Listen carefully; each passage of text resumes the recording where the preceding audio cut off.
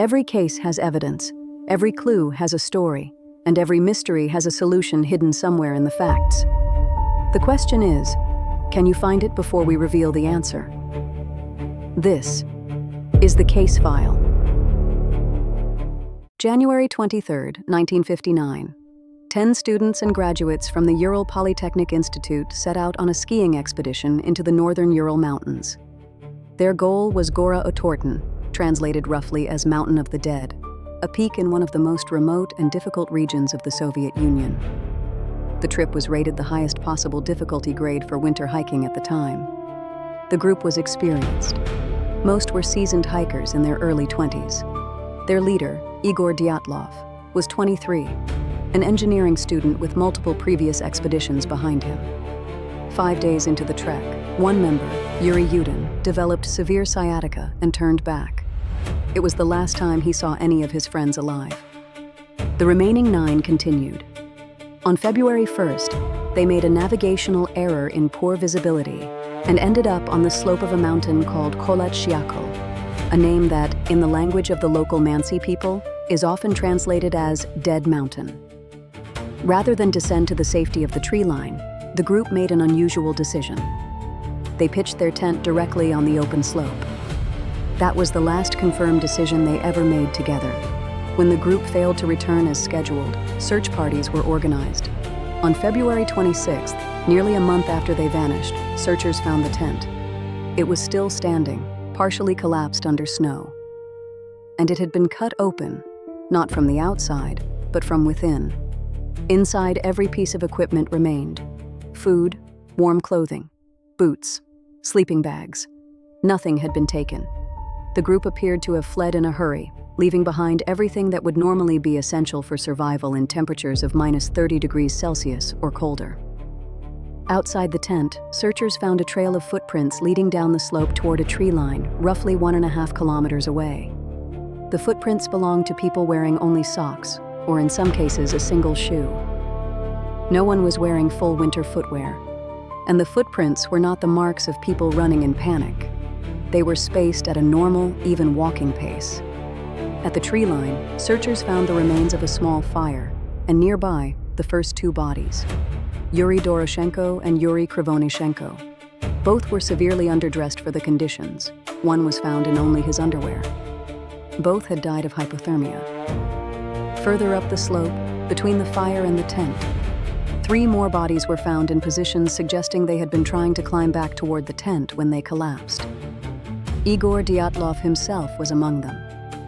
It took until May, nearly 4 months after the group disappeared, for the final 4 bodies to be located, buried under several meters of snow in a ravine further into the forest. These 4 told a very different story. Unlike the first 5, who had died primarily from hypothermia, these 4 had catastrophic injuries. Lyudmila Dubinina and Semyon Zolotaryov both had severe chest fractures, the kind of blunt force trauma typically associated with a serious car accident. Nikolai Thibault Brignol had a fatal skull fracture. The force required to cause these injuries, according to the original medical examiner, was, in his words, comparable to that of a car crash. Yet none of the bodies showed external wounds consistent with a beating, a weapon, or an obvious physical assault. 2 further details deepened the mystery. Dubinina was missing her tongue, eyes, part of her lips, and facial tissue. Injuries later attributed controversially to decomposition and exposure rather than violence. And several articles of clothing recovered from the bodies tested positive for elevated levels of radioactivity. The Soviet investigation, conducted under significant government secrecy typical of the era, closed in May 1959 with an official but vague conclusion. The cause of death was attributed to what investigators called, in the original Russian, a compelling natural force. No further explanation was given. The files were sealed for decades. That is the evidence. 9 experienced hikers, a tent cut open from inside, a calm, orderly retreat into a lethal blizzard without proper clothing. Catastrophic, unexplained internal injuries on 4 of the 9, and an official government explanation that explained almost nothing. So here is the challenge. Using only what's been presented, What could cause a group of experienced winter campers to cut their way out of their own shelter and walk, not run, into temperatures that would kill them within hours? What kind of force could crush a person's ribcage and skull without leaving external wounds? And why would only 4 of the 9 sustain those injuries, while the other 5 died of cold alone? Ask yourself this too. If they believed they were in immediate danger serious enough to abandon their tent and all of their supplies, why does the evidence show a measured walking pace rather than a panicked sprint? And if the danger came from outside the tent, from another person, an animal, or a natural event, why did it take the group toward more exposure and danger rather than back toward the safety of the valley they had climbed up from? Form your theory now. Was this nature, wind, snow, the mountain itself? Was it something the Soviet government chose not to fully explain? Or was it something else entirely? A sequence of small, ordinary decisions that combined on one specific night into something none of them could survive. Pause the video now and write down your theory. Then drop it in the comments below. We want to know what you think before the reveal. When you come back, we'll walk through what investigators in 2019 finally proposed, and why even now, in 2026, not everyone agrees they got it right. We'll see you on the other side.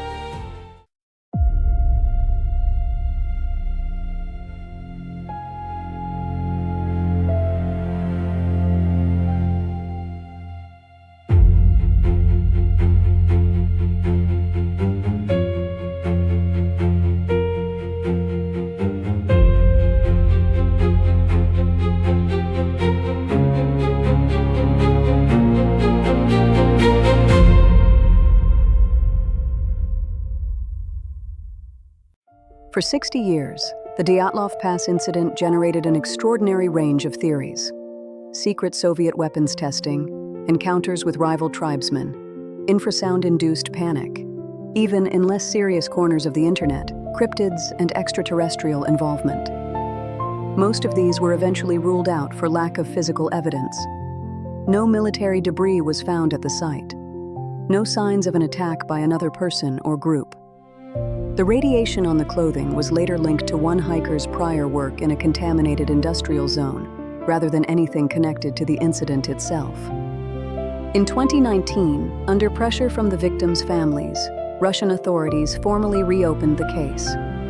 After a fresh review, prosecutor Andrei Kuryakov announced in 2020 that the most likely cause was a slab avalanche, a specific, localized type of snowslide distinct from the large dramatic avalanches most people picture.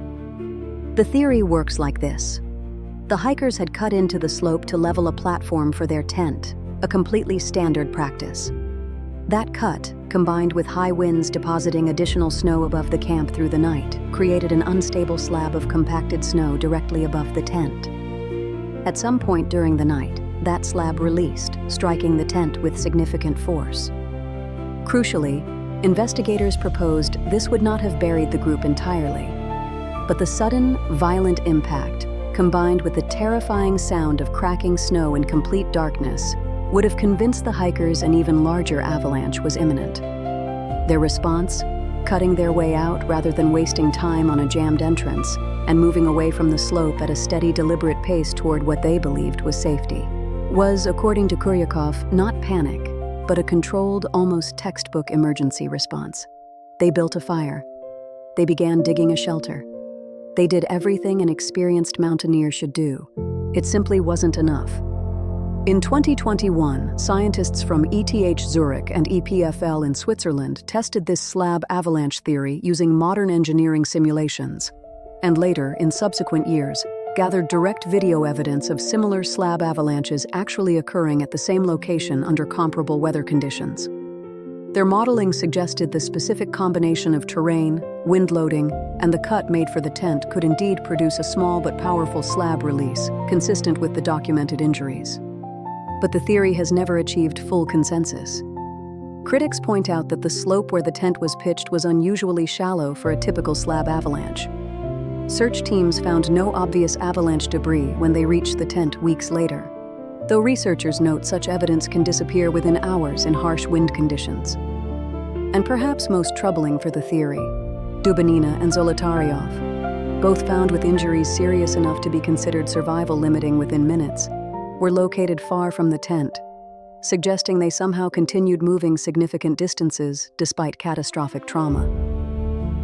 As recently as 2024 through 2026, researchers have continued publishing competing forensic analyses, some supporting the avalanche conclusion, others arguing the documented survival timelines and movement patterns remain genuinely inconsistent with it. Here is what we know with reasonable confidence. 9 experienced hikers made a routine, defensible decision to camp on an open slope. Sometime during the night of February 1st, something happened inside or immediately around that tent severe enough to make all 9 abandon it instantly, without recovering boots or warm clothing they would desperately need. They moved away from danger in a controlled, deliberate way, not blind panic, toward the only shelter available, a tree line over a kilometer away. 4 of them sustained injuries consistent with significant blunt force trauma. All 9 ultimately died from a combination of those injuries and the cold itself. Here is what we still don't know with absolute certainty. Whether a slab avalanche genuinely struck the tent that night, or whether the precise trigger for their flight remains something the physical evidence still cannot fully confirm. Why some members suffered catastrophic injuries while others did not. And whether the official, government-endorsed explanation closes this case as definitively as it claims to. And here is the clue that was always there, present in the evidence from the very beginning, often overlooked in the rush to find something more dramatic. The footprints. Calm, evenly spaced. Walking, not running. Investigators and skeptics alike for decades treated this detail as evidence against almost every theory, arguing that genuine terror should produce panic, and panic should produce chaotic, rapid, irregular tracks.